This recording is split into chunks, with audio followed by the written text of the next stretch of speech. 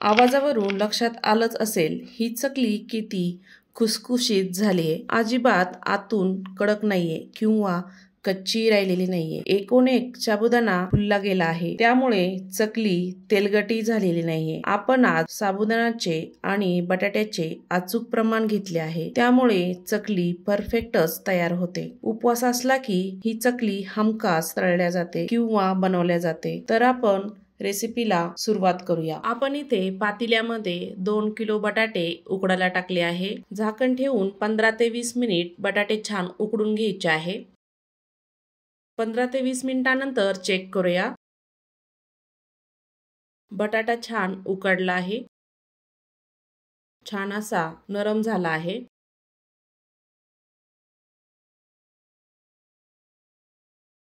बटाटे आपल्याला थंडे करून घ्यायचे आहे। एका चाळणीमध्ये ओतून घेऊया।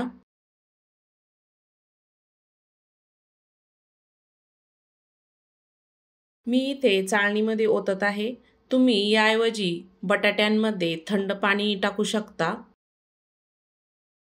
बटाटा लवकर सोलला जातो। बटाटा थंड होईपर्यंत साबुदाणा चेक करूया। आपण इथे साबुदाणा 3 पावशर घेतला आहे। तो छान रात्री पाण्यामध्ये भिजू घातला होता, छान भिजला आहे।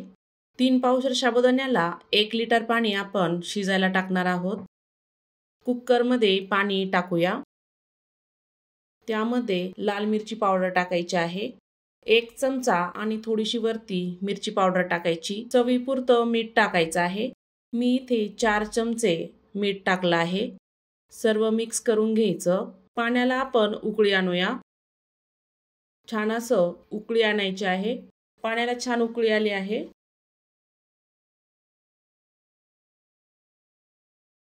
साबुदाणा टाकूया। सर्व साबुदाणा टाकून घ्यायचा आहे आपल्याला थोडा थोडा करून।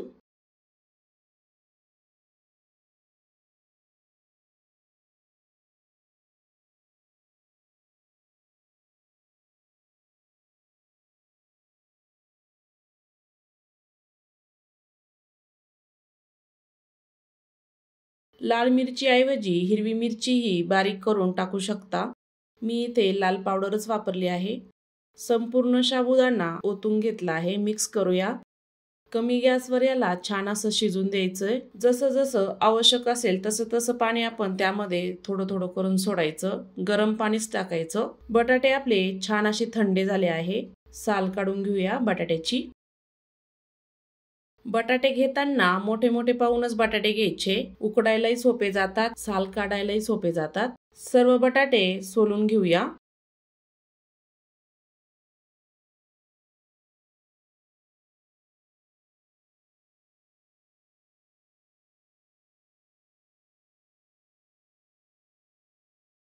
त्यानंतर साबुदाणा चेक करूया। साबुदाणा आपला छान असा शिजत आला आहे, घट्टही झाला आहे।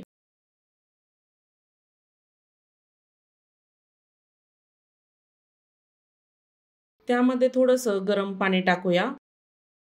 मिक्स करून घ्यायचं आहे। आवश्यकतेनुसार थोडं थोडंच पाणी टाकायचंय, जास्त पातळ नाही करायचं। आवश्यक असेल तरच पाणी टाका।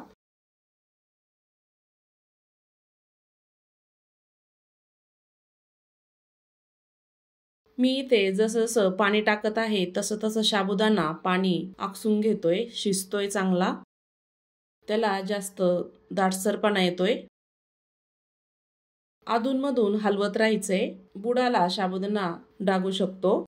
अजून थोडंसं पाणी टाकायचं, मिक्स करून घ्यायचं आहे।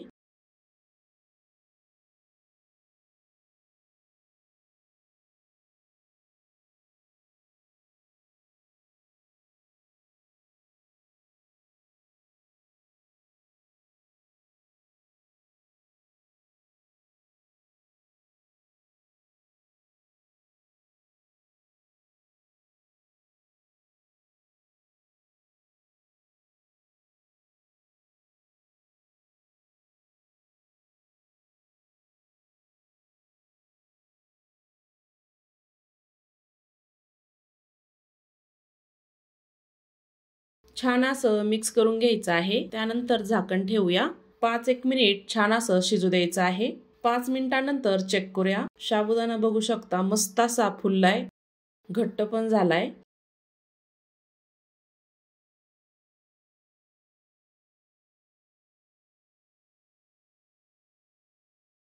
साबुदाण्याचा एक दाणा बारीक करून दाखवते। छान असा बारीक होतोय, मस्त शिजला आहे। गॅस आता बंद करूया। बटाटे आपले सर्व साल काढून झाले आहे। किसणीने आपल्याला बटाटा किसून घ्यायचा आहे। किसणीने बरं पडतं, एकसारखा किसून होतो बटाटा। चकली ही एकसारखी पडते, आतून अडकत नाही। पूर्णाच्या चाळणीमध्ये टाकून चमच्याने स्मॅश करून काढू शकता।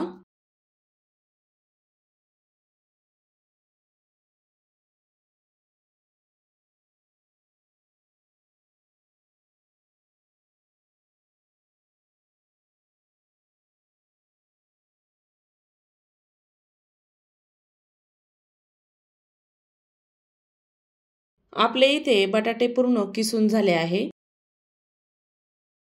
त्यामध्ये शिजलेला साबुदाणा टाकून घ्यायचा आहे। सर्व साबुदाणा त्यामध्ये टाकून घेऊया।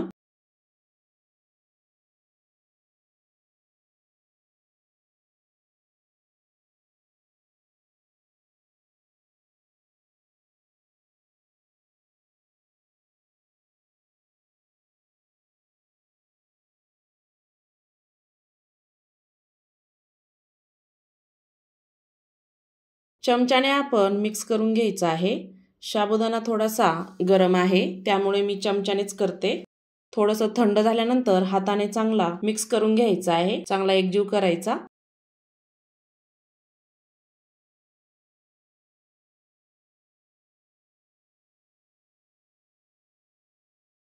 साबुदाणा आणि बटाटा छान असा मिक्स झाला आहे। चकली टाकण्यासाठी मी इथे ही चकलीची चाळणी घेतली आहे, ती लावून घ्यायची आहे सोऱ्याला। पाण्यामध्ये थोडासा हात बुडवून आपण त्यामध्ये सारण टाकून घेऊया। हाताने टाकता चमच्यानेही टाकू शकता सोऱ्यामध्ये। तुमच्याकडे जर हा सोऱ्या नसेल तर प्लास्टिकची पिशवी किंवा दुधाची पिशवी असेल ना, त्यानेही चकल्या टाकू शकता।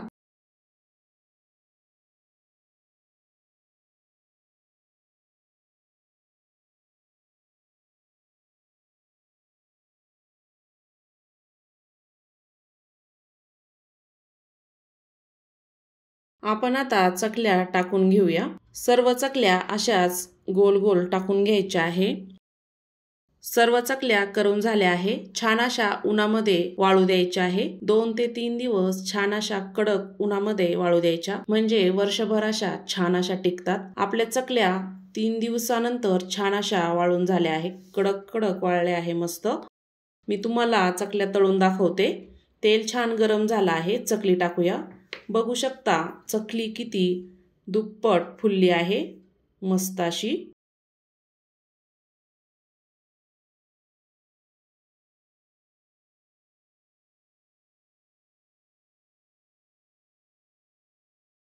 तळलेली चकली प्लेटमध्ये काढूया। चकल्या बघता क्षणी किती खुसखुशीत आणि कुरकुरीत दिसतायत। अगदी सहज चावतील अशा चकल्या तयार झाल्या आहे, मस्त अशा।